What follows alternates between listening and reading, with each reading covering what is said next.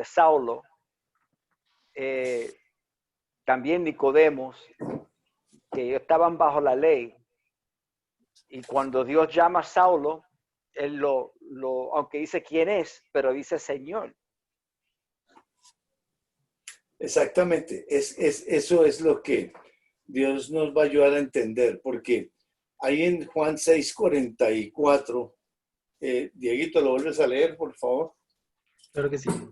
Ninguno puede venir a mí si el Padre que me envió no le trajere, y yo le resucitaré en el día postrero.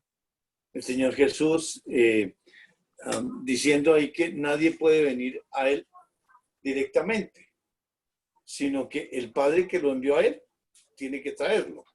Y estamos hablando de a cualquier ser humano. Estamos hablando de no creyentes, porque el estudio del conocimiento es para toda la humanidad. Entonces, ¿de qué manera el Padre busca al ser humano? Y es lo que estamos por entrar a ver en las clases de los viernes, que hace 8 días creo que lo vimos con Saulo, que vamos allá, Hechos capítulo 9,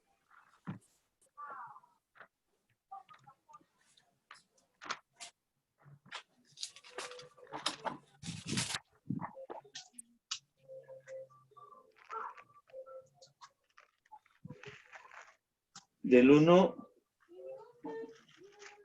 al 9, para mirar esa la función de la ley.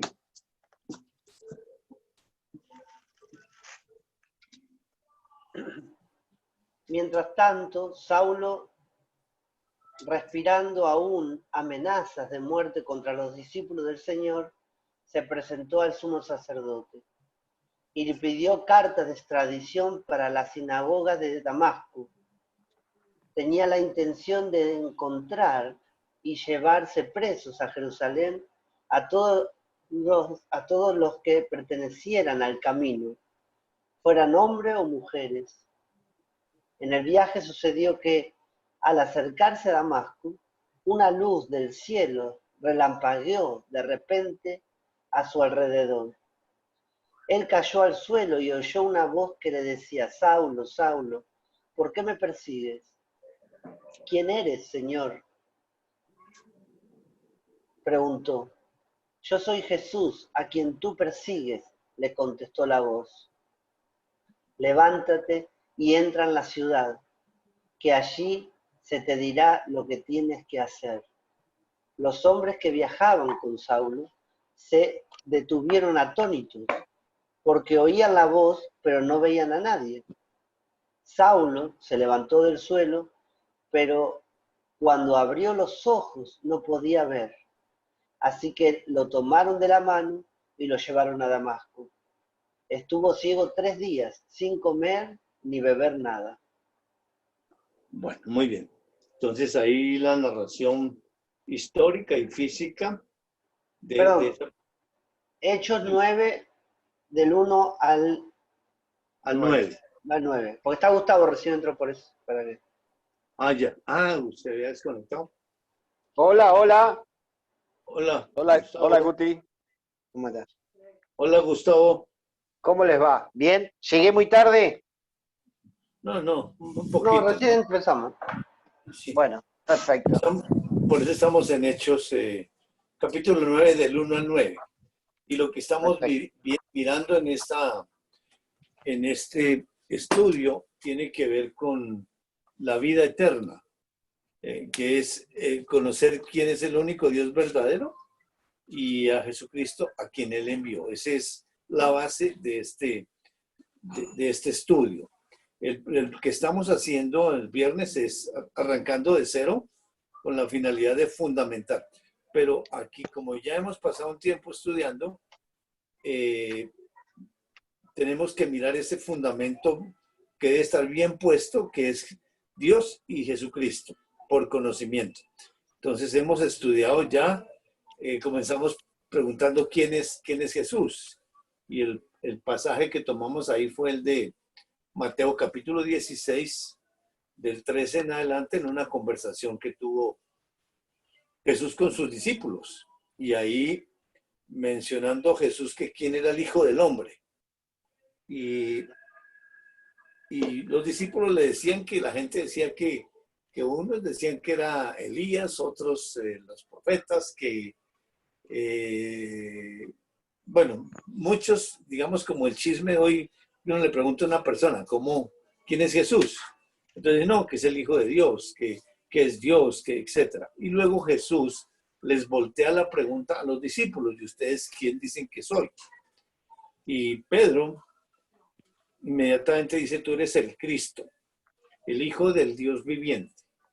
Y esa declaración, pues Jesús la autentica diciendo que bienaventurado eres Pedro, porque no se lo reveló ni carne ni sangre, o sea, no hay humanidad ahí en lo que él está diciendo, sino el Padre se lo reveló.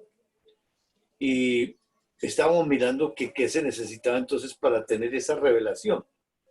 Y fuimos allá a 1 Samuel en el capítulo 3 y estuvimos observando a Samuelito, que aunque estaba en la iglesia sirviendo al Señor, etcétera, dice que Dios lo llama y él contesta, bien, heme aquí, pero se va corriendo para donde el pastor o donde el sacerdote.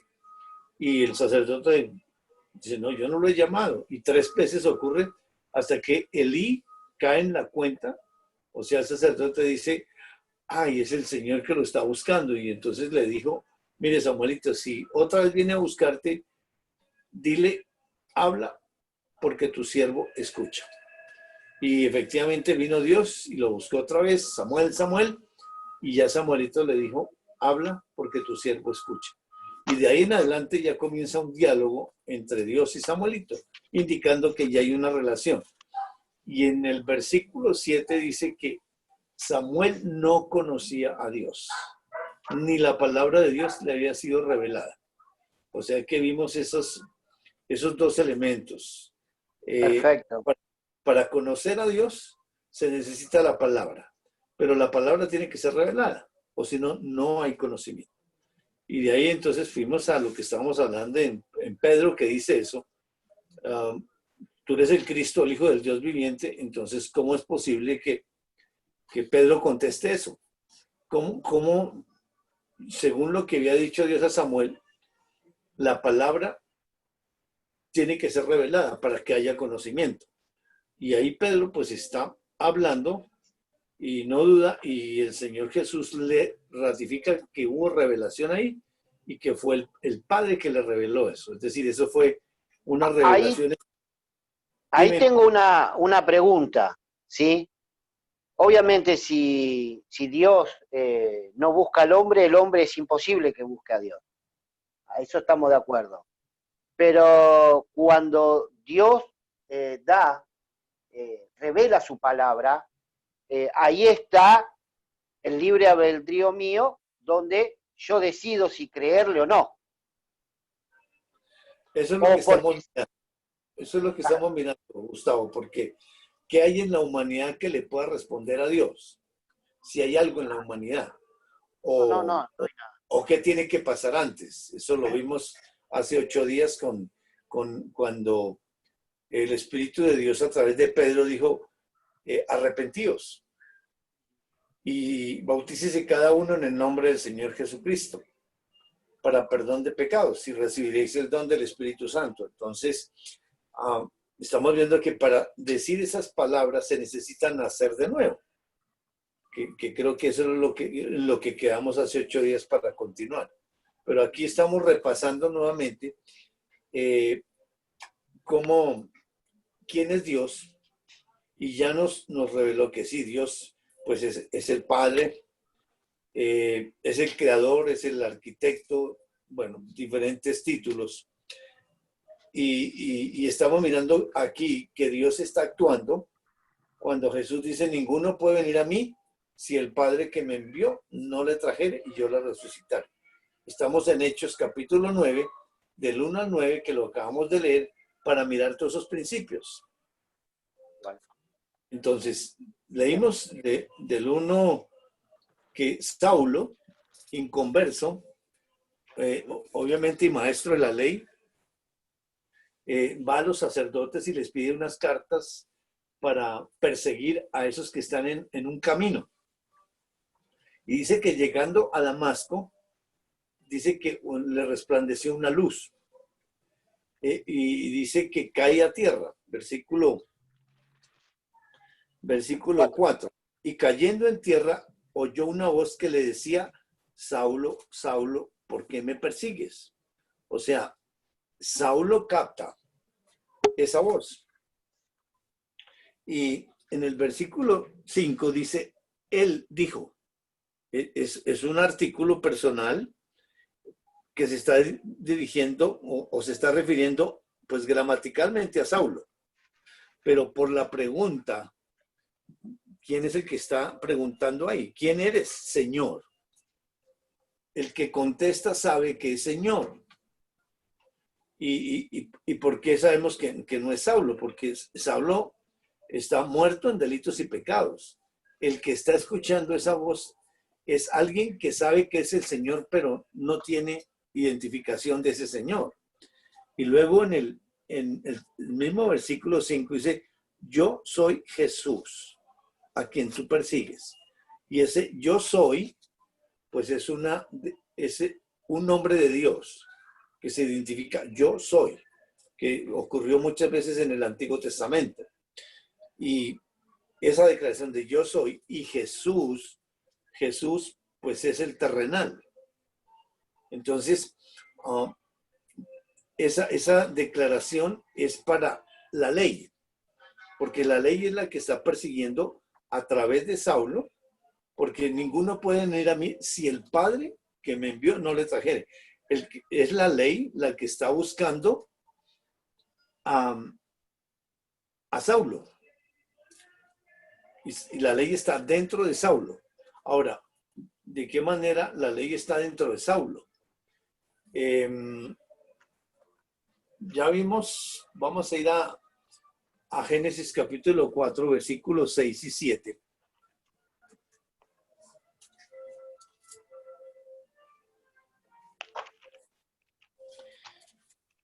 A una historia ya del principio donde Dios mismo nos va a enseñar Caín en ese diálogo que le dice Dios a Caín que él sabe, que él tiene.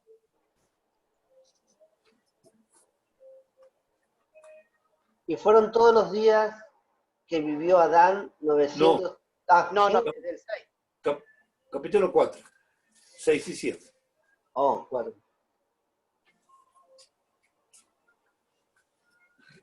Entonces Jehová dijo a Caín, ¿por qué te has ensañado y por qué has decaído tu semblante? Si bien hicieres, ¿no serás enaltecido?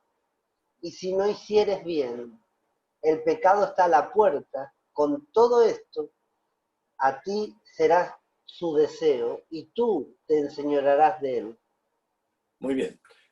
Ahí cuando los dos llegan a traer una ofrenda, Dios se agrada con Abel y su ofrenda, pero no se agrada con Caín y su ofrenda.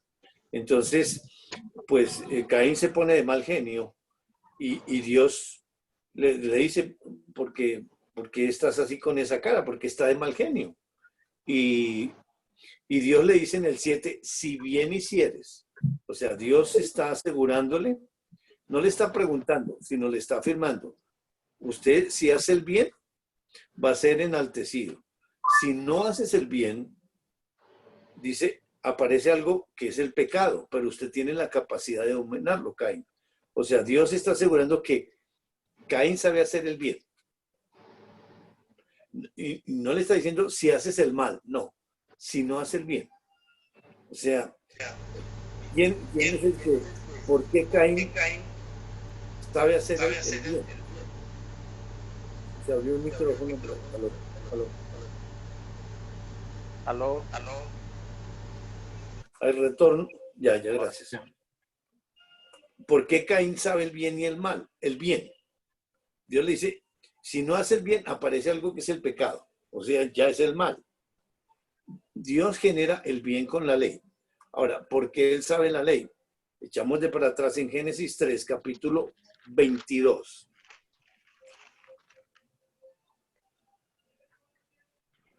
Y dijo Jehová Dios, he aquí el hombre es como uno de nosotros, sabiendo el bien y el mal.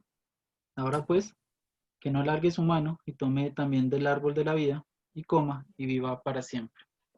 Muy bien, después de que ellos pecan, Dios dice en el diálogo de él con él, porque es un diálogo entre ellos, dice, he aquí el hombre es como uno de nosotros, sabiendo el bien y el mal. El hombre, ¿cómo sabe el bien y el mal?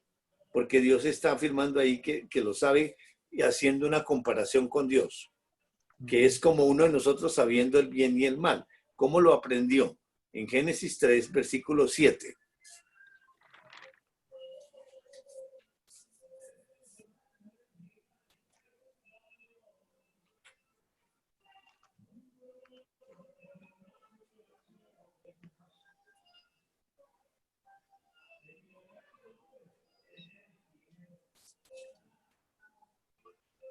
Génesis Entonces 3:7. fueron abiertos los ojos de ambos y conocieron que estaban desnudos. Entonces cosieron hojas de higuera y se hicieron delantales. Recién pecaron en el versículo 6, comen. En el 7 dice, entonces fueron abiertos los ojos de ambos y conocieron. Ahí hay un conocimiento que entra.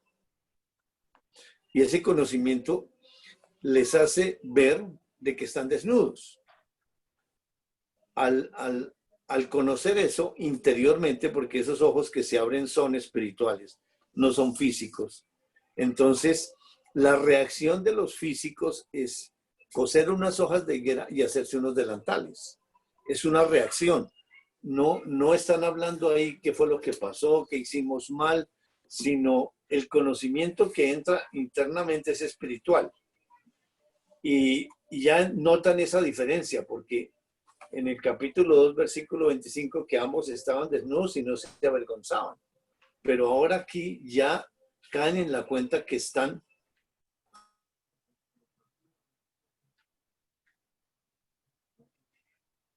Se fue.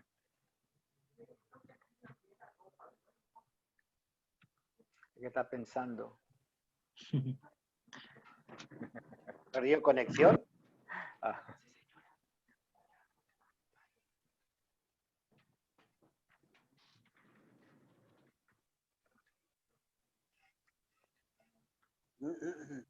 Se congeló. No. Voy a salir un ratito porque estoy con los datos. Me voy a conectar a Wi-Fi.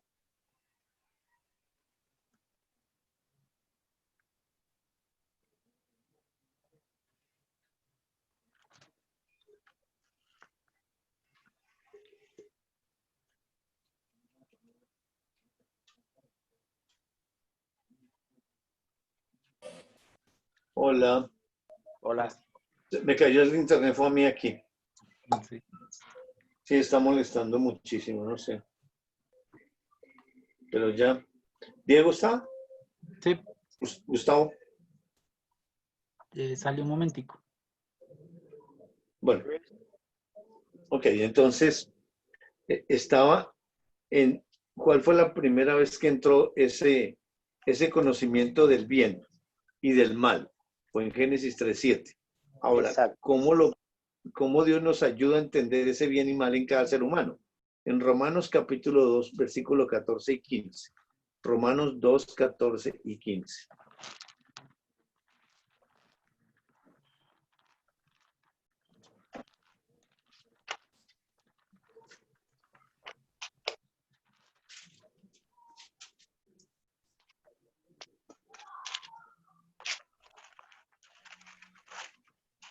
Romanos 2, 14 y 15. ¿Quién lo Porque lee? Lo cuando tengo. los... Dale. No, léelo vos. Porque cuando los gentiles que no tienen ley hacen por naturaleza lo que es de la ley, estos, aunque no tengan ley, son ley para sí mismos, mostrando la obra de la ley escrita en sus corazones, dando testimonios su conciencia y acusándoles o defendiéndoles sus razonamientos. Muy bien. Dice el 14, porque cuando los gentiles, ¿y quiénes son los gentiles? Pues en la historia de Dios hay dos pueblos. Inconversos. Exactamente. El pueblo de Dios son los judíos y el resto los inconversos. Pero, ¿dónde queda? Porque es que en Adán, él queda inconverso y no es pueblo de Dios todavía. Entonces él es el primer gentil. Y ese gentil no tiene ley, porque está diciendo, los gentiles que no tienen la ley hacen por naturaleza lo que es de la ley. La ley escrita fue entregada al pueblo de los judíos en el monte Sinaí, escrita en tablas de piedra. Pero los judíos tienen la ley escrita también en el corazón. O sea que por la incredulidad al pueblo de Dios le puso la ley escrita al frente, pero la tienen dentro del corazón también, porque el primer pecador es Adán y dice que ese gentil hace por naturaleza lo que es de la ley. Dice, estos, los gentiles, aunque no tengan ley, son ley para sí mismos. Versículo 15, mostrando la obra de la ley escrita en sus corazones y dando testimonio su conciencia. Ahí aparece una conciencia. Y acusándoles o defendiéndoles sus razonamientos. La ley del bien y del mal solamente genera bien, pero la naturaleza humana por el pecado siempre quiere hacer el mal. Pero la ley genera siempre es hacer el bien.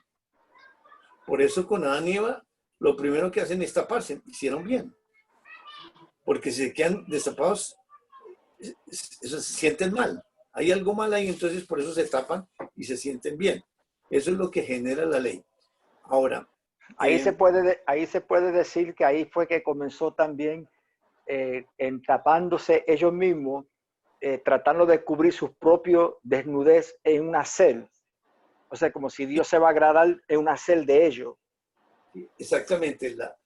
¿Y quién generó eso? Porque es que ¿quién les enseñó a coser hojas de higuera y a taparse? ¿De dónde sacan eso? Porque en la humanidad es solamente carne. Y en el alma es donde está esa ley, porque ellos perdieron la vida, el espíritu lo pierden, porque perdieron la vida, están muertos en delitos y pecados, están con existencia nomás. El alma sostiene a ese hombre natural con la respiración, con la parte física. Entonces, ¿quién les enseñó a coser hojas de higuera? Y tenemos que pensar entonces en la naturaleza de Dios. ¿Quién le enseñó a un patico que recién nace, la mamá lo echa en el agua y ya nada? A una ave que cuando está lista para volar, vuela. ¿Quién le enseñó eso? A un bebé cuando nace, inmediatamente lo que él busca es el pezón de la mamá y chupar y chupar. Eso, ¿cómo se genera?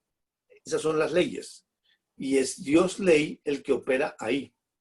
Pero Dios ley, como ley, está separado, porque Él fue el que causó esa muerte cuando Adán y Eva comieron, se separaron, pero entonces queda la ley gobernando al ser humano. Pero esa ley está separada, porque vimos en Hechos capítulo 9, cuando dice, ¿quién eres, Señor? Oye esa voz.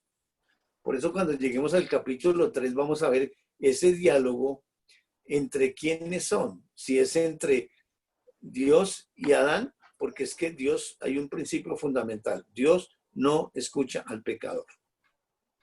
Entonces, ¿con quién habla? Entonces, exactamente con el mismo que está hablando cuando tiene esa luz y que se le aparece y que cae de rodillas.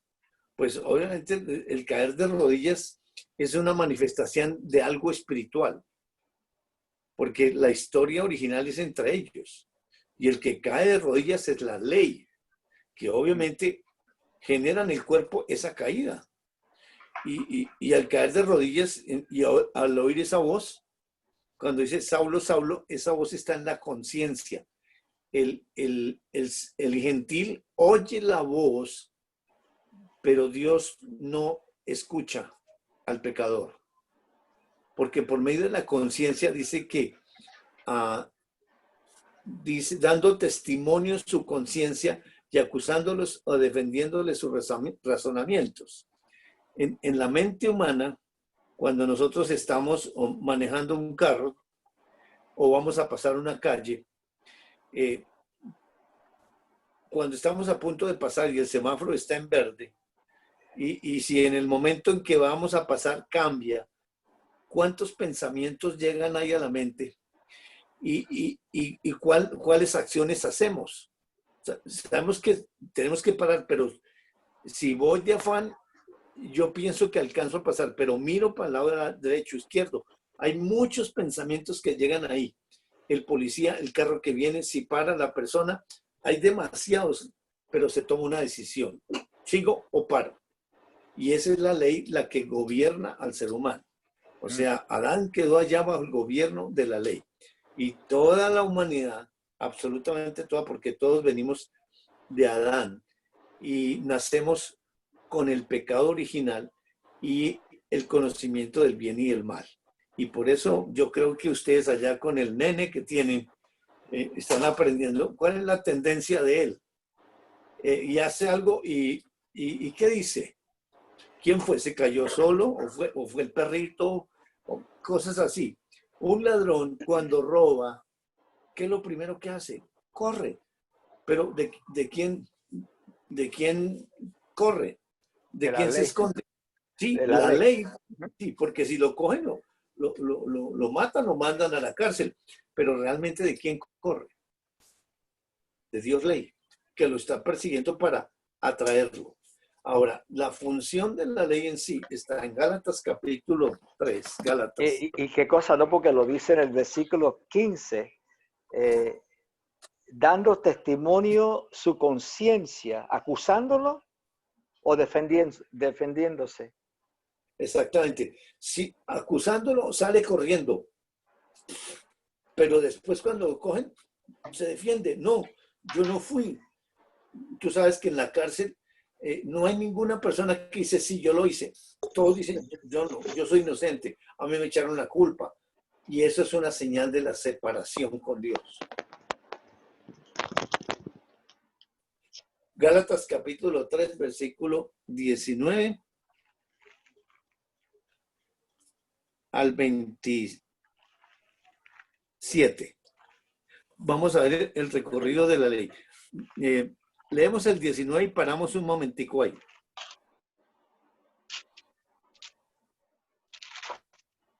Entonces, ¿para qué sirve la ley? Fue añadida a causa de las transgresiones hasta que viniese la simiente a quien fue hecha la promesa. Y fue ordenada por medio de ángeles en mano de un mediador. Gracias, Dieguito. Bueno, Dios hace una pregunta. ¿Para qué sirve la ley? Y él mismo tiene que dar la contestación. Porque él pregunta y el único que puede dar la contestación correcta es él. Dice, fue añadida a causa de las transgresiones. La ley es una añadidura. Y la palabra añadir, pues en la mente humana entendemos que para añadir algo tiene que existir algo donde podemos pegar para añadir. Si no existe algo, no podemos añadir, es nuevo. Aquí Dios está diciendo que la ley fue añadida. O sea, cuando el primer pecado entra la transgresión ahí, Adán. Ahí es la primera vez que en la historia de Dios nos narra la entrada del pecado. Entonces, la ley es añadida. O sea, ¿y a qué fue añadida? La ley existía antes. Y vamos a mirar, pues estamos estudiando de qué manera existía esa ley. Pero ahora es añadida y Dios le traza en el versículo 19, añadida a causa de las transgresiones hasta. Le traza un recorrido hasta que viniese la simiente. En la historia de Dios física, donde Dios menciona por primera vez la simiente. 3:15. Correcto, Génesis 3:15. O sea, nos da un recorrido físico en el entendimiento que aparece en Génesis 3:7, va al 3:8, 9, 10, 11, 12, 13, 14 y 15.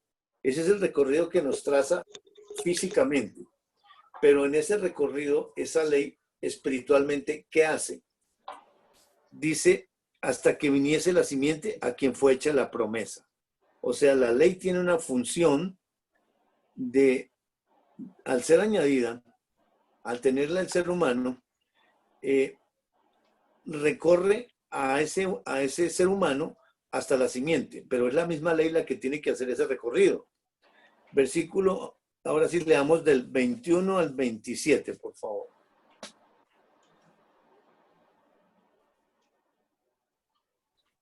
Bueno, luego la ley es contraria a las promesas de Dios en ninguna manera, porque la ley dada pudiera vivificar.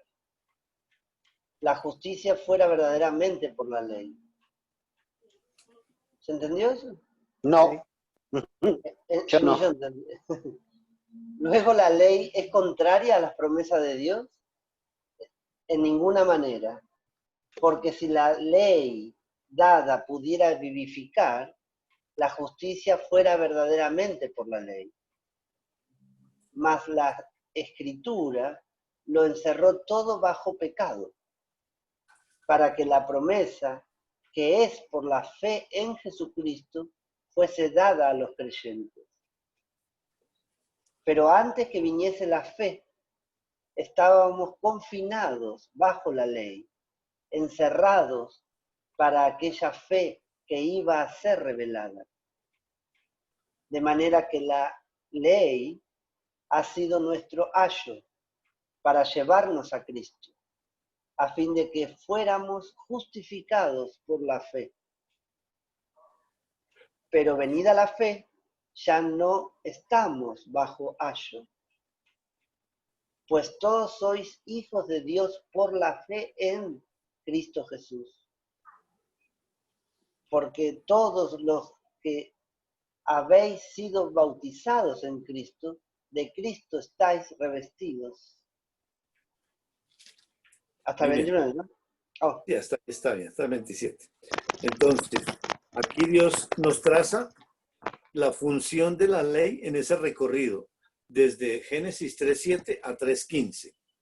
Dice, y él comienza con una pregunta. Luego, la ley es contraria a las promesas de Dios. Él plantea eso. La ley va en contra de las promesas y Dios mismo dice, en ninguna manera. ¿Y cuál es la razón? Porque si la ley añadida pudiera dar vida, entonces la justicia fuera verdaderamente por la ley. No existiría justicia. Pero la ley no puede dar vida, la ley mata, la ley separa. Cuando Dios la ley le dijo allá a Adán y Eva, no coman, porque si comen mueren, pues se fueron en contra de esa ley. La misma ley mata, los separa. Y no puede dar vida. La función de la ley es matar, es acusar, vamos a mirar algunos elementos en la palabra de cuál es la función. El 22 dice, mas la Escritura lo encerró todo bajo pecado para que la promesa que es por la fe en que Jesucristo fuese dada a los creyentes. Pero antes que viniese la fe, estábamos confinados bajo la ley, encerrados para aquella fe que iba a ser revelada. De manera que la ley ha sido nuestro ayo para llevarnos a Cristo a fin de que fuésemos justificados por la fe. ¿Cuál es la función de la fe? En ese encerramiento, en ese confinados, en ese ayo. ¿Cuál es la función de la ley? Sin perder aquí en Gálatas, vamos a Romanos capítulo 3, versículo 19 y 20. Romanos 3, 19 y 20. Qué cosa, ¿no, Jairo? Porque veo una relación ahí en lo que leímos con la ley, en que nadie puede venir a mí, sino que el Padre lo trae y lo lleva a mí. O sea, en lo que Exacto. leímos hay una conexión, hay una relación entre ellos que hace esa obra perfecta para llevarnos a Él mismo. Exacto. Pero primero ocurre en ellos. En ellos. Ese es el, digamos, la fuente, para después sí comenzar a participarle a la humanidad. Porque entonces la búsqueda es entre ellos, y eso vamos a verlo en detalle más adelante en esta misma clase, que es un poco más profunda y avanzada. Romanos, Jairito. Romanos 3, 19 y 20. Léelo.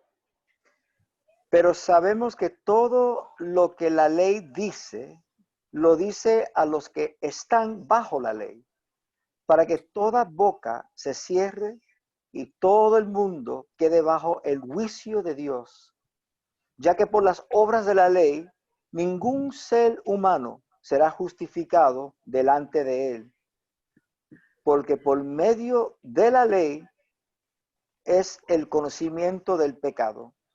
En el versículo 19 hay dos principios que ejerce la ley. ¿Cuáles son esos dos principios? Cerrar la boca. Muy bien, uno, cerrar la boca, y dos, Dejarlos Bajo el juicio. todo el mundo bajo el juicio de Dios. Esa es la función de la ley. Calladitos, porque todos estamos bajo la ley. Ahora, en el versículo 20 hay otros dos principios. ¿Cuáles son? La justificación. No es por la ley. Correcto. Cumpliendo la ley no hay justificación. Ese es uno. Y el Y dos, conocimiento. entonces la ley lo que hace es hacer saber al humano, usted es pecador. En esa separación, en esa persecución, en esa esclavitud, porque la ley esclaviza. Pero lo que está haciendo es, con eso malo que aparentemente es, porque lo malo está en la humanidad, no en la ley. La ley hace que salga ese pecado. Vamos a ir ahí mismo en Romanos capítulo 6, versículos 7 y 8.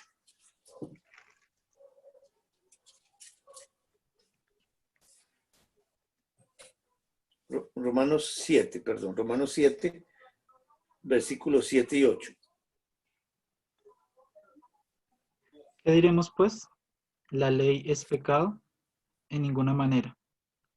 Pero yo no conocí el pecado sino por la ley, porque tampoco conociera la codicia si la ley no dijera no codiciarás. Mas el pecado, tomando ocasión por el mandamiento, produjo en mí toda codicia, porque sin la ley el pecado está muerto. Muy bien. Preguntas de Dios. ¿Qué diremos pues? ¿La ley es pecado? Y él mismo tiene que contestar. En ninguna manera. Pues yo no conocí el pecado, sino por la ley. Y esa es la función del pecado. Enseñar a la humanidad, usted es pecador. Porque tampoco conociera la codicia si la ley no dijera, no codiciarás. La ley genera el bien, o sea, no mienta, no mate, no codicie. Y el pecado, como está dentro de la humanidad, la ley lo saca. Versículo 8, más el pecado, tomando ocasión por el mandamiento, produjo en mí toda codicia, porque sin la ley el pecado está muerto. Antes de pecar a Adán y Eva, no existía la ley añadida. Había otra ley, pero no existía esta ley. Por eso esa ley es añadida. Y la función de esa ley nos la está compartiendo ahí. En Gálatas 3, regresando allá, pero vamos a leer Gálatas 3, del 10 al 12, ahí nos da otras funciones de la ley.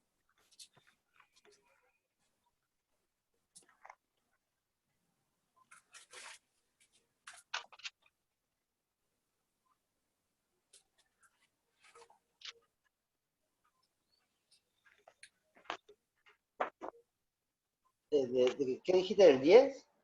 10 al Sí. 12. Sí, señor. 10. Porque todos los que dependen de las obras de la ley, porque todos los que dependen de las obras de la ley están bajo maldición. Pues escrito está, Maldito todo aquel que no permaneciere en todas las cosas escritas en el libro de la ley, para hacerlas. Y que por la ley ninguno se justifica para con Dios. Es evidente, porque el justo por la fe vivirá. Y la ley no es de fe, sino que dice, el que hiciere estas cosas vivirá por ellas. Bueno, ¿Sí? sí, hasta ahí, gracias. Dice, todos los que dependen de las obras de la ley están bajo maldición. Toda la humanidad nacemos bajo la ley y nacemos bajo esa maldición. Escrito está, maldito todo aquel que no permaneciere en todas las cosas escritas en el libro de la ley para hacerlas. O sea, la ley obliga, te paraste en la cabeza. Sí, crisis. Ya, ¿qué pasa? ¿Por qué me ves si yo no estoy hablando? No, yo no sé, pero ya apareces miqueando, te paras en la cabeza, me muestras el techo. Yo creo que no me ven como no hablo. No. Sí, sí, pero hay alguien que siempre te ve. Eso es verdad, eso es verdad. Entonces, la ley lo que hace es obligar a hacer las cosas. Y Dios dice, si no hace todas las cosas, maldito. Y en el versículo 11 dice, y que por la ley ninguno se justifica para con Dios. O sea, cumpla la ley, no queda justificado. Porque el ser humano no puede cumplir la ley porque es pecador. Hay alguien que tiene que cumplirla que no sea pecador. Y por eso dice, es evidente, el justo por la fe vivirá. Y luego dice que la ley no es de fe. La ley no es decir, yo creo que no mato o yo creo que no soy mentiroso. No es de fe, sino que dice, el que hiciere estas cosas vivirá por ellas. Cumplo la ley y vivo. Pero es imposible por ser pecador. Y volteando a 3:19, ahí mismo en el capítulo 3, vimos entonces la función de la ley en el 21, 22 y 23. Ahora, ¿en qué se convierte esa ley? Acusando, esclavizando, matando, de manera que la ley ha sido nuestro ayo. O sea, la ley con esas condenaciones se convierte en un tutor, en alguien que enseña, alguien que está conduciendo ¿a dónde? A Cristo. O sea, la ley de juicio es la encargada de llevar a la humanidad a Cristo. Y ahí se presenta a Cristo y ya aparece la ley de la fe. ¿Y qué pasa con la ley de esclavitud? Pues cae de rodillas, que es lo que vamos a mirar en Hechos capítulo 9 para poder comprender qué pasa con la ley, porque dice, fue añadida hasta que viniese la simiente. Y ahí en Hechos capítulo 9 nos está trazando el recorrido. Leemos otra vez del 4 al 6, 4, 5 y 6.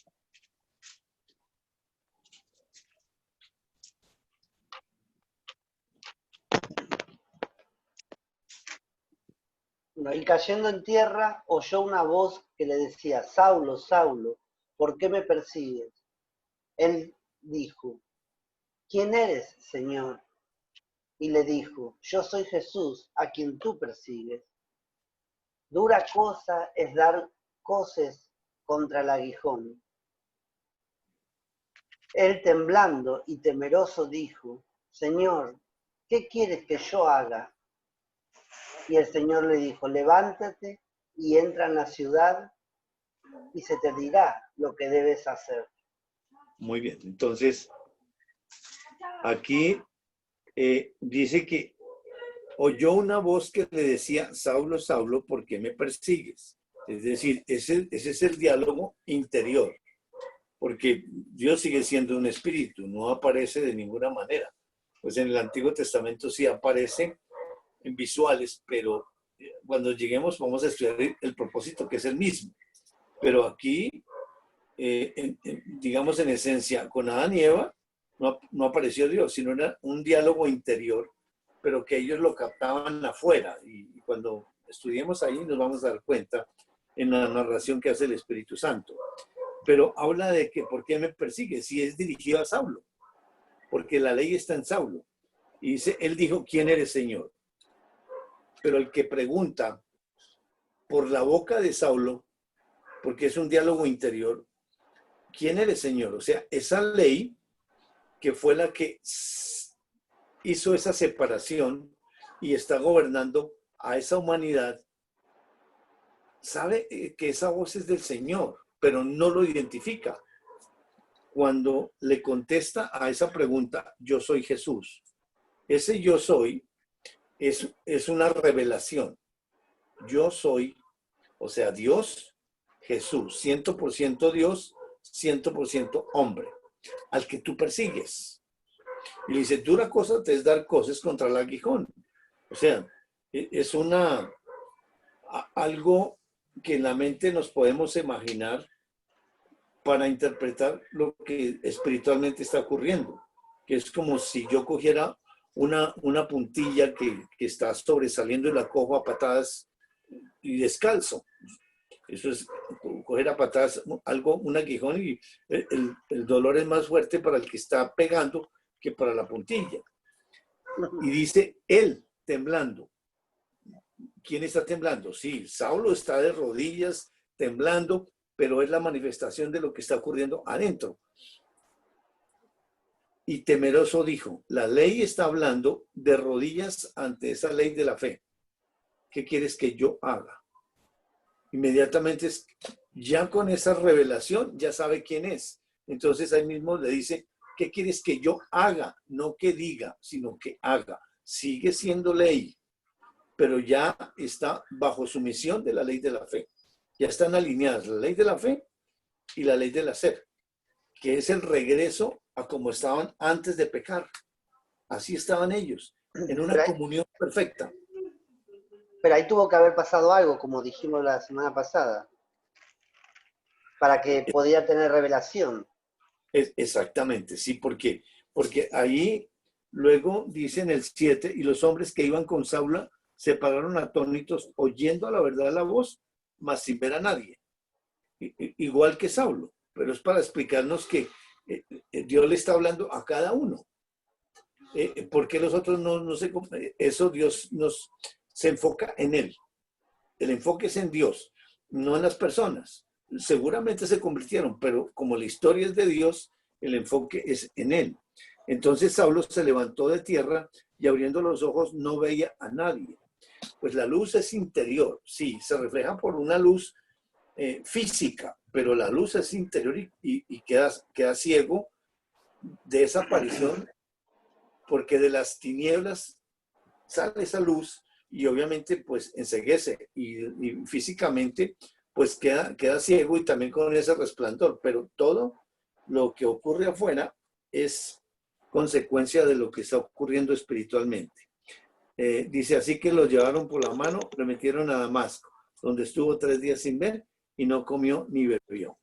Entonces, aquí estamos viendo la función de la ley, que es conducir a la humanidad ya por participación al Mesías. Y cuando llega el Mesías, dice que ya no estamos bajo ayo. O sea, ya es hijo de Dios y pasó algo, lo que vimos hace 8 días. Cuando la conversión de esos judíos, en el capítulo 2, ¿tú estabas, Gustavo, hace 8 días? No, me la perdí. El domingo pasado me la perdí. Estamos igual que la vez pasada, todavía estamos ahí. Ahora nos va a llevar a otra cosa. Hechos capítulo 2. Hechos capítulo 2.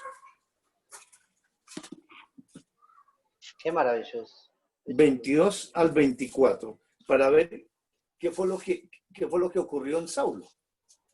¿Qué fue lo que ocurrió en Samuelito? En esa conversión. ¿Qué pasó en nosotros? Varones israelitas, oíd estas palabras. Jesús Nazareno, varón aprobado por Dios entre vosotros, con las maravillas, prodigios y señales que Dios hizo entre nosotros por medio de él, como vosotros mismos sabéis. A este, entregado por el determinado consejo y anticipado conocimiento de Dios, prendisteis y matasteis por manos de inicuos, crucificándole, al cual Dios levantó, suelto de dolores de la muerte, por cuanto era imposible que fuese retenido por ella. Bueno, aquí el contexto histórico en el capítulo 2 es la llegada del Espíritu Santo a la tierra y llega a esos 120 discípulos que estaban esperando esa promesa. El que se levanta a hablar es Pedro, pero es el Espíritu Santo que comienza a contar una historia y la toma desde el Antiguo Testamento porque los que están ahí son judíos.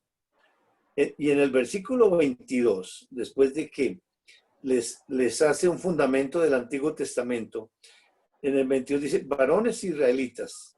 La palabra varón se refiere a lo espiritual, o sea que está hablando espiritualmente, a ellos espiritualmente, al alma, porque esos judíos son inconversos.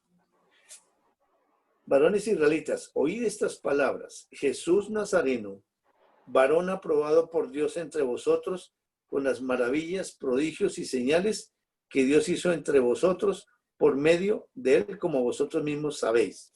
O sea, el Espíritu Santo está contando la historia de Jesús, que es un varón aprobado y que Dios hizo maravillas a través de él. Y ellos mismos lo pueden comprobar porque realmente él estuvo mucho tiempo entre los judíos. Luego en el 23 dice, a este, entregado por el determinado consejo y anticipado conocimiento de Dios. Él quiere decir ahí el Espíritu de Dios. Esa entrega de Jesús no fue una calamidad o un desastre. Fue entregado por el consejo de Dios. Si es un consejo de Dios, se puede identificar como un plan anterior. Eso estaba planeado por Dios porque está por consejo. Y anticipado conocimiento de Dios. Anticipado conocimiento, o sea que antes de la fundación del mundo, esto ya Dios lo tenía diseñado. Porque no fue una sucesión de causa y efecto, sino obedece a un plan soberano de Dios. Dice, prendisteis, pero sí le está diciendo, ustedes lo prendieron y ustedes lo mataron por manos de inicuos crucificándolo. Los judíos fueron los que pidieron la muerte, pero como estaban bajo esclavitud, los romanos fueron los que lo mataron. Y obviamente para involucrar a toda la humanidad, no solamente su pueblo, sino también los gentiles. Y en el 24, al cual Dios levantó, suelto los dolores de la muerte, por cuanto era imposible que fuese retenido por esa muerte. Entonces, ¿qué les está contando aquí el Espíritu Santo? Está contando la vida, la muerte, la sepultura y la resurrección. Y esos 4 eventos que identificamos, ¿qué es eso? Cristo, la persona de Cristo. Correcto. El Evangelio. El Evangelio. Esas son las buenas nuevas. El Evangelio. El Evangelio no es un método, sino es una persona. Es la vida de Cristo, el padecimiento de Cristo, la muerte de Cristo, la sepultura de Cristo y la resurrección. Por eso, para saber qué es el Evangelio, se necesita saber quién es Cristo. Y por eso estamos en este repaso fundamentando quién es Dios, que también aparece como ley, y quién es Jesucristo. Y es una identificación entre ellos que cada uno es Dios, cada uno en una función, pero es un solo Dios verdadero.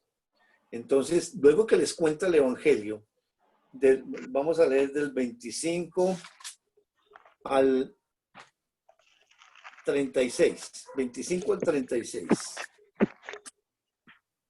Hechos 2 seguimos, ¿no? Sí, señor. Lee, Agustín.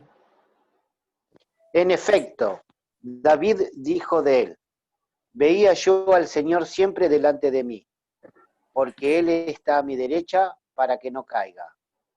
Por eso mi corazón se alegra y canta con gozo mi lengua. Mi cuerpo también vivirá en esperanza. No dejarás que mi vida termine en el sepulcro. No permitirás que tu santo sufra corrupción. Me has dado a conocer los caminos de la vida y me llenarás de alegría en tu presencia. ¿Hasta ahí? Hasta el 36. Hasta el 36. Bueno, me voy a acomodar mejor entonces. Dale. Hermanos, permítanme hablarles con franqueza acerca del patriarca David, que murió y fue sepultado, y cuyo sepulcro está entre nosotros hasta el día de hoy. Era profeta y sabía que Dios le había prometido bajo juramento poner en el trono a uno de sus descendientes. Fue así como previó lo que iba a suceder. Refiriéndose a la resurrección del Mesías, afirmó que Dios no dejaría que su vida terminara en el sepulcro, ni que su fin fuera la corrupción. A este Jesús, Dios lo resucitó, y de ello todos nosotros somos testigos. Exaltado por el poder de Dios y habiendo recibido del Padre el Espíritu Santo, ha derramado. David no subió al cielo, y si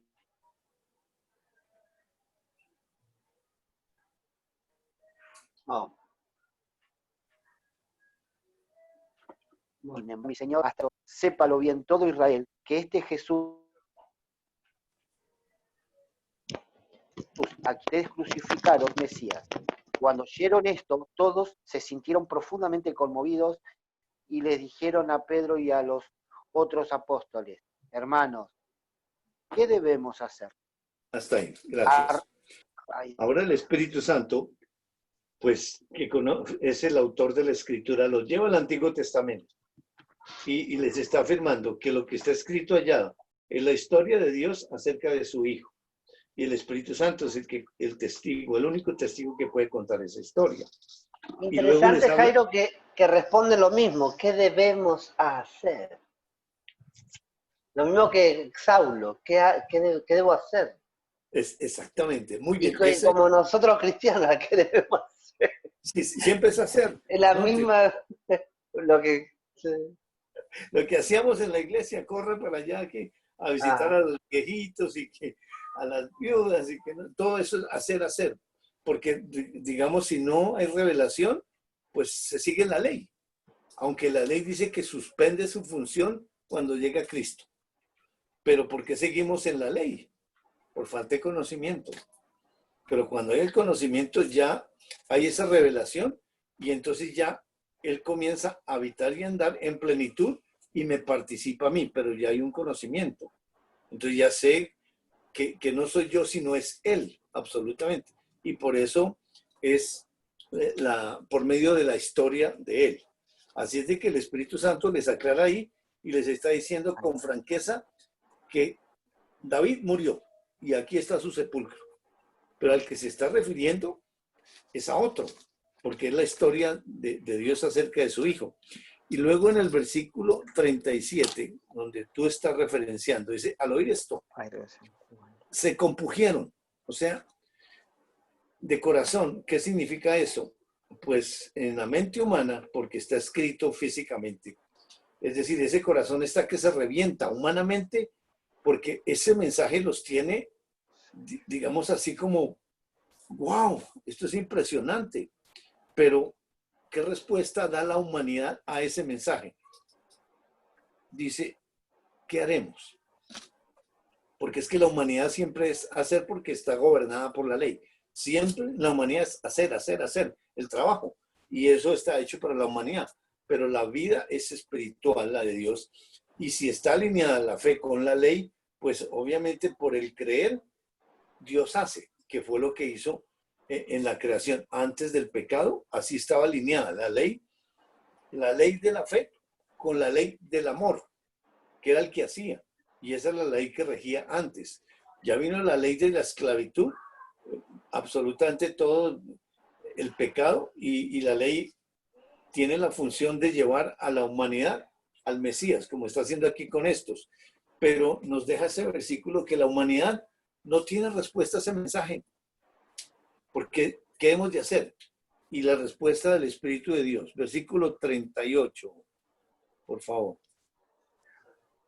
Arrepiéntanse y bautícese cada uno de ustedes en el nombre de Jesucristo para perdón de sus pecados, le contestó Pedro, y recibirán el don del Espíritu Santo. Muy bien. Ellos preguntan, ¿qué hacemos? Y Pedro les dice, arrepentidos. ¿Y el arrepentimiento es hacer?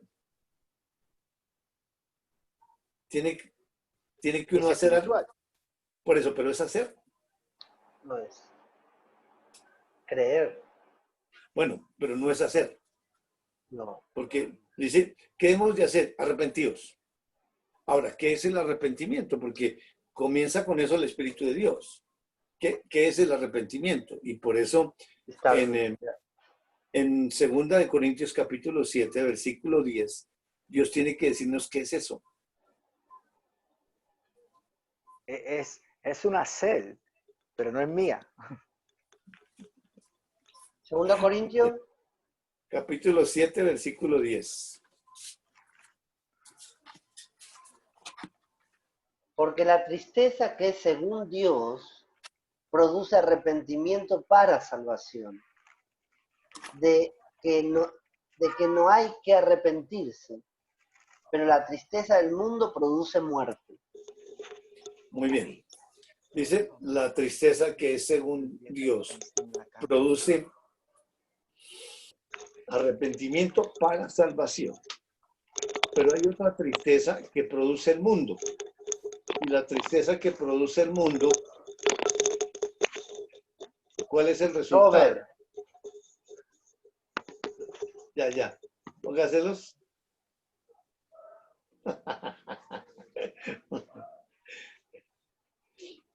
Son como familia porque hacen igual.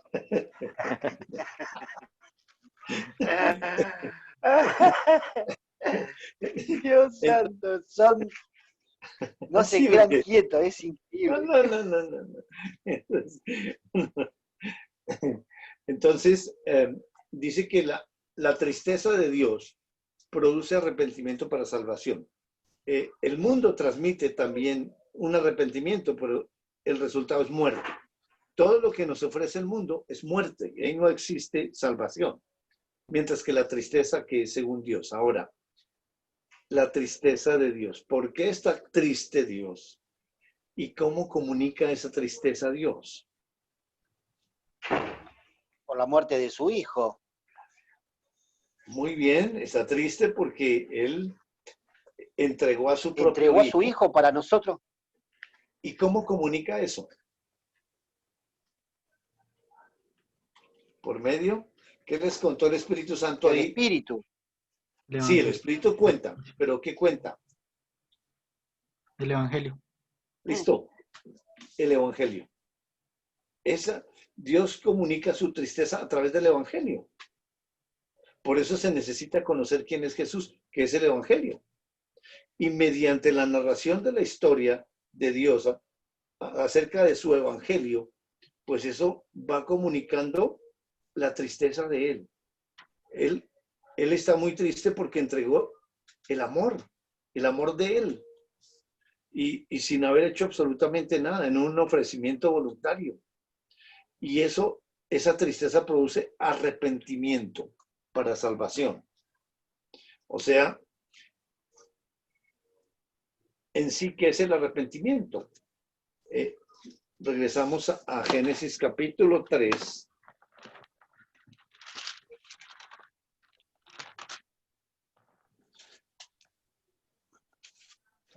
Versículo 21. Jehová Dios hizo al hombre y a su mujer túnicas de pieles y los vistió. Muy bien. Ahí Dios está resolviendo físicamente esa desnudez física. Dios dice que les hizo túnicas de pieles. Esas pieles, ¿de dónde las sacó Dios y qué tuvo que hacer para sacar esas pieles? Matar ¿Y por qué Dios tenía que matar? ¿No podía solucionar el problema de otra manera? Ya lo había dicho. Sí, ¿Qué por el dijo? 3:15, Si comen, mueren. por la promesa. Bueno, en el 3:15 es la solución. Pero ¿por qué Dios está obligado a matar? Porque Él dijo, si comen, mueren. Él mismo pronunció esa sentencia. ¿A quién tenía que matar? Directamente a Adán y a Eva. Pero no los mata a ellos, mata a unos animalitos. Y esos animalitos, ¿qué tenían que ver en el pecado del hombre? Inocentes, absolutamente. Está colocando a alguien inocente ahí para no matarlos a ellos y darles su misericordia, mostrarles su amor, darles una oportunidad. Y de esa manera, pues, mediante esas vestiduras, pues espiritualmente les está enseñando. Ahora, cuando hace esas túnicas, Dios les dijo, pónganse en ustedes estas túnicas, o quién los vistió. Dios. ¿Y por qué tenía que vestirlos Dios?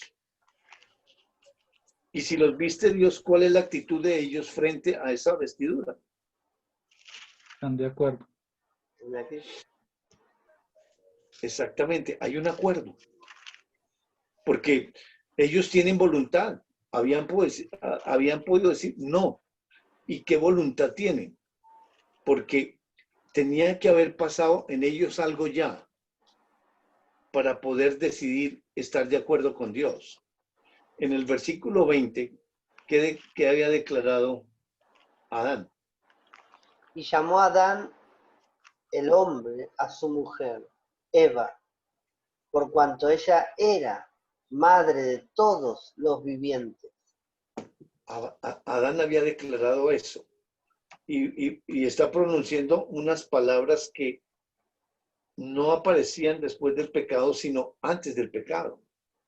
Dice, le coloca el nombre Eva, pues sí, eso es lo físico, pero lo espiritual significa que dice que ella era la madre de todos los vivientes. Pronuncia la palabra viviente. Y si está pronunciando esa palabra que ocurrió primero en 2:7, cuando lo hizo, significa que ya hay una conexión. O sea que ya creyó, ya nació de nuevo. Las túnicas es la confirmación de lo visual de ese arrepentimiento, de que están de acuerdo con Dios. ¿Y estar de acuerdo en qué? ¿Qué merecían ellos? ¿Cómo es Dios? Ellos son pecadores, ¿cómo es Dios? Es bueno, es perfecto. La tristeza de Dios la comunicó ahí. Ahora les está produciendo ese arrepentimiento, poniéndose de acuerdo con Dios, que espiritualmente eso lo hace Dios, pero exteriormente cuando se dejan vestir. Y su voluntad está rendida físicamente, pero mostrando que eso es una visual de lo que está pasando interiormente. Y ahí, pues, regresan nuevamente a la comunión con Dios. Y así es el arrepentimiento. O sea que la ley, siendo el ayo, acusando, separando, condenando, esclavizando, en Romanos capítulo 2, 4,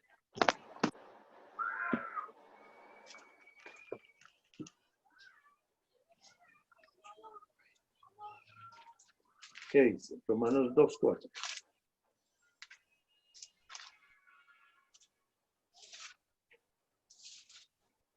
¿O menospreciáis las riquezas de su benignidad, paciencia y longanimidad, ignorando que su benignidad te guía al arrepentimiento?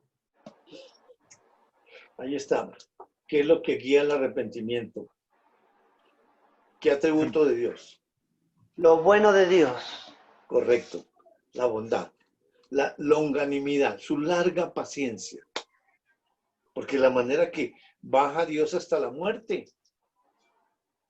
Y obviamente tiene que experimentar en la muerte primero para poder llegar a la muerte en la cual está esa humanidad. Y trabajar desde el alma, porque el trabajo previo es en el alma. Porque una vez que la ley cumple su objetivo, ¿qué le pasa al alma? Salmo 19:7.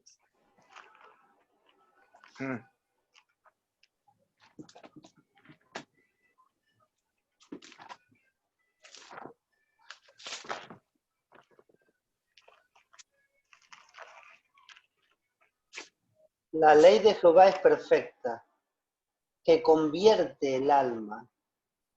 El testimonio de Jehová es fiel, que hace sabio al sencillo. La ley es la que convierte el alma, y la primera alma convertida es la de él. En esencia, cuando en las próximas clases vamos a ver dónde sucedió espiritualmente esto y cómo sucedió. Pero este es el fundamento para poder entender eso. Tiene que primero mostrárnoslo como visualmente, para luego llevarnos solamente a lo espiritual y mostrarnos lo espiritual. Así es de que la ley, la primera que se convierte es la ley, porque Dios va en busca de la ley, aunque ya está en la humanidad porque ya está por participación, pero en el original tuvo que haber ocurrido eso entre ellos. Entonces, la ley se convierte, esa alma, que es donde, con la cual queda Adán y Eva, quedan es con el alma, y el alma queda en pecado, muertos en delitos y pecados, y desde adentro de esa alma, en una conciencia que Dios coloca con la finalidad de generar pensamientos y que esa humanidad tome decisión de hacer el bien, pero mediante esas actuaciones del ser humano en su vida, antes de llegar a la simiente, ese tutor le está enseñando que es pecador. Y esa es la conclusión, usted es pecador, porque ese es el fin de la ley. Y una vez que lo convenza, pues realmente Dios es el que sabe si ese humano se va a arrepentir o no se va a arrepentir. Y eso es una obra de él. Le da el nuevo nacimiento a aquel que sabe, que sí realmente, porque es algo, una obra espiritual entre ellos y participativa, y eso está sellado para la humanidad. Así es de que esa ley se convierte. ¿Y cómo queda esa ley? Miremos en Romanos capítulo 4. Romanos 4. No, Romanos capítulo 10. Es Romanos 10. Disculpe. Romanos 10 del 1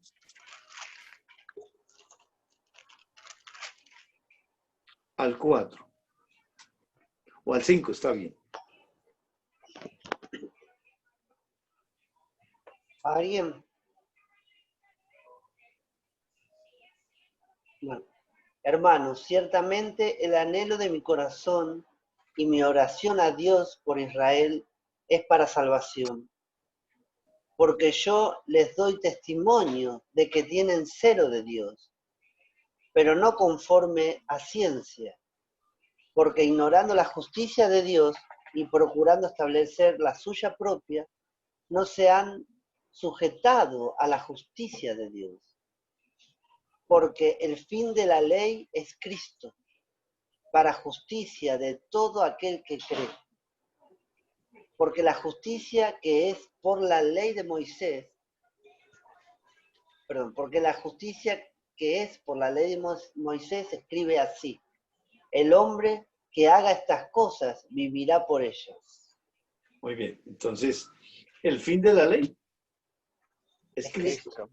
Exactamente.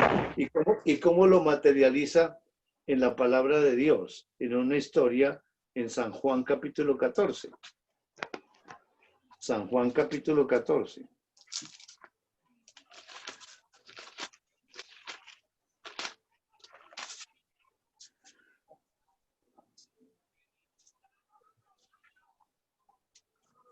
Versículo 5 al 12. Le dijo Tomás: Señor, no sabemos a dónde vas. ¿Cómo pues podemos saber el camino? Jesús le dijo: yo soy el camino, y la verdad y la vida. Nadie viene al Padre sino por mí. San Juan, 12. ¿cuánto? San Juan 14, del 5 al 12. 5 al 12. Perdón. Gracias, gracias. Ok. Si me conociereis, también a mí, Padre, conoceríais. Y donde ahora lo y desde ahora le conocéis, y le habéis visto. Felipe le dijo, Señor, muéstranos al Padre y nos basta. Jesús les dijo, ¿tanto tiempo hace que estoy con vosotros y no me has conocido, Felipe? El que me ha visto a mí, ha visto al Padre. ¿Cómo pues dices tú, muéstranos al Padre? ¿No creéis que yo soy en el Padre y que el Padre es en mí? Las palabras que yo os hablo, no las hablo por mi propia cuenta, sino que el Padre que mora en mí, Él hace las obras. Creedme que yo soy en el Padre y el Padre en mí. De otra manera, creedme por las mismas obras. De cierto os digo, el que en mí cree, las obras que yo hago, él las hará también, y aún mayores hará, porque yo voy al Padre. Muy bien, en ese diálogo entre Jesús y sus discípulos, Jesús dice que se va a ir y Tomás le pregunta, no sabemos a dónde vas, ¿cómo pues podemos saber el camino? Y esa pregunta de Tomás está enfocada, es en la humanidad, en lo físico, porque Jesús dice que se va a ir y que hay un camino. Y él, pues obviamente nos muestra la naturaleza humana, cómo se desenfoca y nos vamos es por lo material. Y Jesús le dice, yo soy el camino y la verdad y la vida, nadie viene al Padre sino por mí. Fíjense que él dice, ninguno puede venir a mí si el Padre que me envió no le trajere y yo le resucitaré. Pero luego dice que Él es, yo soy el camino y la verdad y la vida, nadie viene al Padre sino por mí. El Padre nos lleva a Él inconversos, recibimos la conversión y al recibirnos Cristo, vamos al Padre que está dentro de Él. Es algo espiritual entre ellos. Y es una obra totalmente de ellos. Dice, si me conocieseis, también a mi Padre conoceríais. Y desde ahora le conocéis y le habéis visto. Pues ahí está otro Felipe escuchando. Y dice, muéstrenos al Padre y nos basta. Es decir, ese es más concreto. Está hablando de conocer, muéstrenlo físicamente. El otro es un camino, pero ahí está hablando Jesús. Y Jesús es el físico, Jesús es el Hijo de Dios, porque el diálogo que existe y que nos está hablando ahí es entre Dios Padre y Dios Hijo. Pero el Hijo de Dios Jesús, cuando está hablando por la boca de Jesús, Jesús está aprendiendo como Hijo de Dios. Pero ahí hay otros que están más en la naturaleza humana. Jesús, Hijo de Dios, no tiene pecado. O sea que es el segundo Adán y está en comunión perfecta. Está aprendiendo directamente de la manera como Dios había diseñado con Adán. Pero ese desapareció y está el segundo, y aquí nos está mostrando que el diseño de él original es perfecto, que no se dañó nada, que ese era un plan soberano con la finalidad de él poder participar a la humanidad todo el carácter de Dios, no solamente lo bueno, lo malo, lo imperfecto, el pecado, la maldad, en un carácter de Dios que armoniza por todos los lados, absolutamente en santidad. Así es de que le dice luego Jesús, tanto tiempo hace que estoy con vosotros y no me has conocido, Felipe. El que me ha visto a mí, ha visto al Padre. ¿Cómo pues dices tú, muéstranos al Padre? Ese lenguaje es espiritual, pero sin embargo los está conduciendo por medio de ese lenguaje que es en la ley a Él, los está llevando a Él. Y en el 10 declara lo que nos está contando, cómo queda la ley cuando llega a la ley de la fe. ¿No crees que yo soy en el Padre y el Padre en mí? Dice, las palabras que yo os hablo, o sea, Jesús, Dios Hijo, no las hablo por mi propia cuenta, sino que el Padre que mora en mí, Él hace las obras. O sea, Jesucristo habla y el Padre hace, ya en la alineación perfecta. Creedme que yo soy en el Padre y el Padre en mí. De otra manera, créeme por las mismas obras. Y en el 12 dice, de cierto os digo, el que en mí cree, las obras que yo hago, él las hará también y aún mayores hará porque yo voy al Padre. Ahora, el único que puede creerle a Dios es Él. Y ellos son los que hacen las obras. Hoy las están repitiendo en nosotros, pero por participación a nosotros como hijos de Dios, no directamente. Porque todo, aún espiritualmente, es participativo. En la humanidad no tiene que ver absolutamente nada lo espiritual. O sea que aquí queda nuevamente alineada la ley de la fe con la ley del hacer, pero ya en libertad, porque la ley que esclavizaba, la ley de la fe la liberta y queda en uno solo, dice y hace, que es la manera como él enseña.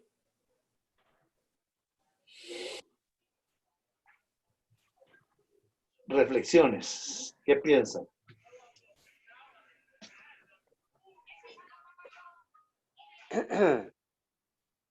Hay mucha, Tu micrófono, Cristian, está apagado. hay mucha alegría que siento ahora porque es hermoso de ver esa relación entre ellos, solamente entre ellos, esa obra perfecta, esa ley desde el principio que Dios nos, ese ayo, ese tutor que es el mismo para llevarnos, como comenzamos la clase, el estudio de hoy con Juan 6:44, que nadie puede venir a mí a menos que el Padre lo trae y Él nos salva. Y eso fue desde el principio. Así como me salvó, a mí le salvó a Adán en esa forma. La misma forma, el mismo camino, el mismo tutor que nos lleva al Hijo. Y esa obra, mirando eso, Jairo, mirando ese cuadro que son entre ellos, ese lazo entre ellos, esa unión tan perfecta, en donde puedo, por su gracia, ¿no?, ser participante por lo que hicieron ellos. Eso es algo, por eso se llama buenas nuevas. Estaba buscando en Colosenses y termino con Colosenses 3:3, creo, o 3:2 y 3. Colosenses.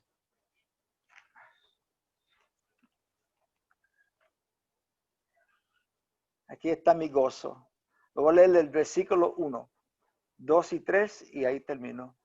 Si pues habéis resucitado con Cristo, buscad las cosas de arriba, donde está Cristo, sentado en la diestra de Dios. Poned la mira en las cosas de arriba, y no de la tierra. Y el 13 que quería enfocarme, en el versículo 3, porque habéis muerto y vuestra vida está escondida con Cristo en Dios. O sea que me hizo participante y esta vida resucitada está con Cristo en Dios. O sea que me hizo me dio el privilegio de entrar con ellos y hacer uno con ellos por la obra de ellos mismos. Eso es algo impresionante. Eso es algo que no es para seguir. Es para seguir. A mí me mostró que cosa impresionante que ese hijo de Dios hijo que estaba en Adán, estaba aprendiendo también de Dios. Estaba desde el principio. O sea, es algo maravilloso ver eso. Y ver el nacimiento también, cómo Dios te lleva, te busca, te hace nacer, pero como Dios lo sabe todo, sabe quién va a creer. Y eso es instantáneo, nace, entiende y de revelación y sellado un espíritu nuevo en el cual pone su espíritu Dios en él. Y es una bendición saber que Dios me tenía en su mente, a mí también, a mi mamá, a mi hermano y a todos, a Robert, a todos nosotros. Qué maravilla, qué espectáculo. Y después nosotros nos matamos hablando, ¿no, Robert? Ahora hablamos nada, pero después, muy lindo, una belleza. Ahora lo escuchamos y estamos toda la semana. No, una maravilla. Una bendición de Dios. Esto es impresionante. Aquí nos pasa igual. Toda la semana, pero en la clase. Dieguito o Gustavo. Dieguito, ahora yo estoy escribiendo. Bueno, o sea, me parecía tremendo el tema de ver cómo esa obra es en ellos, ¿no? Y porque uno siempre está pensando es en uno mismo, o que la obra es en uno en el sentido de que uno es el centro. Pero hoy aprendí eso, que la obra empieza en ellos y cómo ellos mismos se están buscando y ellos mismos se están volviendo a esa comunión. Entonces, me pareció muy bonito, me pareció realmente tremendo. Gracias. Espectacular. Muy bien. Bueno, en este plan soberano de Dios, ¿sí? Donde planificó la muerte de su unigénito, de su hijo, y esa tristeza que le provoca a él tener que sacrificar a su hijo para perdonar a todos nosotros que no merecemos absolutamente nada, me veo en este momento como ese Adán allá, viendo esa obra maravillosa de Dios, tener que sacrificar, porque la muerte por el pecado era nuestra propia muerte, pero Él en su amor no nos mató y sacrificó a esos inocentes animalitos. Y me veo a ese instante, cómo Dios tuvo que sacrificar a esos seres por nuestro pecado, la tristeza también que le provocó a él, y cómo lo fue revistiendo con estas pieles nuevas para protegerlo de todo. Así me siento yo. Siento que soy un bendecido de que él me haya buscado y que me haya posibilitado conocerlo, porque es el único que me lo puede permitir. Y esta comunión que tienen entre ellos, ¿sí? Dios y Jesucristo en mí, me hace sentir protegido y que no sé qué obra tendrán planeada ellos dos conmigo. Yo soy un intermediario, no sé por qué me eligieron a mí, pero sé que voy a salir beneficiado, no solamente yo, sino muchas otras personas. Así que correcto, agradecido por eso. Amén, muy lindo. Aquí mi familia va a compartir. Bueno, a mí Dios me enseñó cómo la ley mata, pero el espíritu vivifica. Con eso me quedo. Y me llamaba la atención porque se ve a esa ley muy dura, esa ley que mata, pero también se hace ver esa ley que es buena, que es santa y que es justa. Y me parece tan impresionante porque esa ley que nos lleva a Cristo, que nos lleva a esa libertad. Pero, ¿quién es esa ley? Y cuando nos fuimos a Juan 6:44, nadie puede venir a mí si no lo trae el Padre que me envió. Y es tan asombroso porque se ve un obrar que lo contempla solamente en ellos, porque Él busca, Él lleva, Él saca esa esclavitud para llevar esa libertad. Y me saca a mí totalmente, porque es entre ellos. Pero sin embargo, no participa de eso. Hermoso. primero que quiero compartir es que me traza el camino de Génesis 3:7 hasta Génesis 3:15. Y en ese camino es ese ayo, esa ley que lleva es a Cristo. Y en esta historia, en el día de hoy, me mostraba cómo todo es entre ellos. Aquí salen todos los personajes, pero el primero que salgo soy yo. O sea, yo salgo de esta historia, porque esta no es mi historia, ni es la historia de allá de Pablo, ni es la historia, o sea, de ninguno de esos personajes, aunque les participa a ellos, pero no es la historia de ellos, sino es la historia del mismo Dios acerca de su Hijo. Esa es la historia que hoy traza. Y cuando estaban hablando de la vida de él, de su vida, de su muerte, de su sepultura, de su resurrección, de ese evangelio, hoy nos estaba presentando el evangelio. Se estaba presentando él mismo, como cuando se presentó allá en Pablo. Igual, es la presentación del evangelio. Por eso lo que se vive adentro es un gozo, porque es él mismo presentándose, diciendo yo soy. Así como se le presenta a Pablo. Y caminando yo en la ley, de rodillas la ley, para mostrar ese Dios libertad. Para mostrarse él mismo en plenitud. Y hoy eso es lo que me está mostrando. Ese arrodillarse de él para mostrar quién es él. Porque es la plenitud de él. Y veía ese evangelio. Y esa tristeza que hay adentro la transmite porque el mismo Dios se bajó de su condición para mostrarse él mismo, pero limitarse. Y hoy se baja a nosotros limitado, pero para mostrarse adentro en cada uno de que él existe, de que esto es verdadero.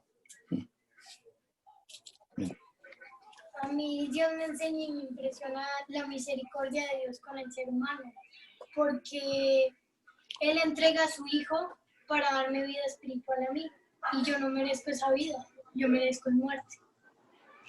¡Wow! Gracias, mamita. Qué hermoso, qué hermoso. Tú y tu casa serán salvos. Ahí está Dios haya por lo que dice y por lo que hace, ¿ves? Ahí está la salvación. Y cortito, no tanto bla, bla, bla. Qué belleza, qué hermoso todo. Sí, sí. Bueno, Cristian, un abrazo, gracias a Robertito, chao, Gustavito, Señor los guarde. Gracias. El Igualmente. próximo viernes, si Dios nos da vida, y gracias. Chao, Diego. Chao, Diego. Gracias. Un gusto conocerte, Diego. Igualmente, encantado. Chao, Génesis. Chao, Sandra. Anthony. Hasta luego. Cuiden el profeta. Cuiden el profeta. Chao.